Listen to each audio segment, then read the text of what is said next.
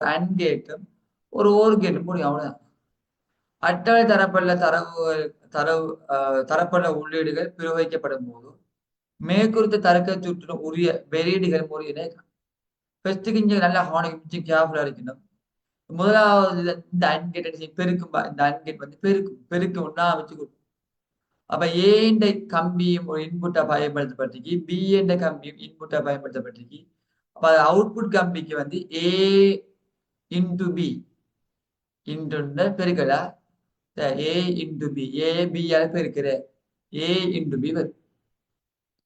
அந்த ஏ into B என்ற இந்த கம்பி இந்த ஓர் கேட்டை பொறுத்தவரை இந்த இந்த ஓர் கேட்டுக்கு ஒரு இன்புட் கம்பி.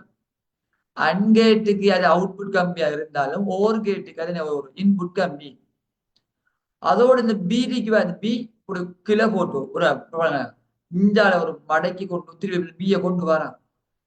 இந்த பிய போட்டிருக்கேன், இந்த பி இங்க போட்டிருக்கேன், இந்த பி வரும். அப்ப இந்த ஓர் கேட் என்ன செய்யும்? கூட்டு மட்டும் செய்யும். இந்த ஓர் கேட் வந்து கூட்டுனா அப்ப என்ன செய்யும்? இந்த ரெண்டு இன்புட்டையும் கூட்டி வர விடதான் இந்த சீக்குரிய விடையா இருக்கும். அப்ப இந்த சீக்குரிய விட என்ன வரும்?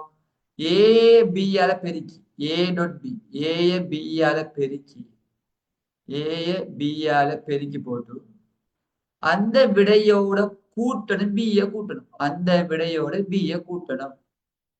சரியா? அந்த விடையோட பிய கூட்டணும். ஏய பியால பெருக்கி போட்டு வார விடையோட பிய கூட்டி வார விடைதான் சீக்குரிய விடையா இருக்கும். இங்க மிச்சம் கேப்ல அரைக்கணும். கூட்டி போட்டு பெருக்கிறல்ல பெருக்கப்படுது. அன் செய்யப்பட்டது பிறகுதான் ஓர் செய்யப்படுது. அப்ப அண்ட பெஸ்டி செஞ்ச பிறகுதான் ஓர செய்யணும். அப்ப இதான அதுக்குரிய அந்த சீக்குரிய அந்த சூத்திரம் வரும். முதலாம என்ன செய்யும்? லாஸ்டா ஏஏ பியால் பெருக்கணும். அந்த இடைநிலையா ஒரு அவுட்புட் வருது, இடைநிலை அவுட்புட் வருது. ஏஏ பியால பெருக்க சொல்றான் இல்லை, ஏஏ பியால பெருக்கணும். இந்த இடைநிலை அவுட்புட்டா இந்த இடைநிலை அவுட்புட்டை கண்டுபிடிக்கிறதுக்கு ஏஏ பியால பெருக்கணும். அப்ப சைபரை சைபரா பெருக்கினா சைபர், சைபரை ஒன்றால பெருக்கினாலும் சைபர், ஒண்ட சைபரால பெருக்கினாலும் சைபர், ஒண்டால பெருக்கினா ஒன்று பிள்ளை நான். இப்ப என்ன செய்யணும்? இதர விடைகளே அந்த ஏபி என்ற விடையோட பி என்ற பெருமானத்தை கூட்டணும், கூட்டி விட போகணும். அதான் சியோட பெருமானம். அப்ப என்ன செய்யணும்? சியை கண்டுபிடிக்கணும்டா ஏபியோட பிய கூட்டணும் பிள்ளைகள், கூட்டணும். ஏபியோட அந்த பிய பெருமானம் திருப்பி கூட்டணும். அவ சைவரோட சைவரை கூட்டினா சைவர் வரும். சைவரோட ஒன்றை கூட்டினா உனக்கு ஒன்று வரும். சைவரோட சைவரை கூட்டினா உனக்கு சைவர் வரும். இந்த ஒன்றோட இந்த ஒன்றை கூட்டினா ஒன்று வரும். படிச்சு நம்ம ஒன்றோட ஒன்றை கூட்டினா கூட்டம் ஒன்று படிச்சு வர ரெண்டு வராது, ஒன்று வரும். சரியா?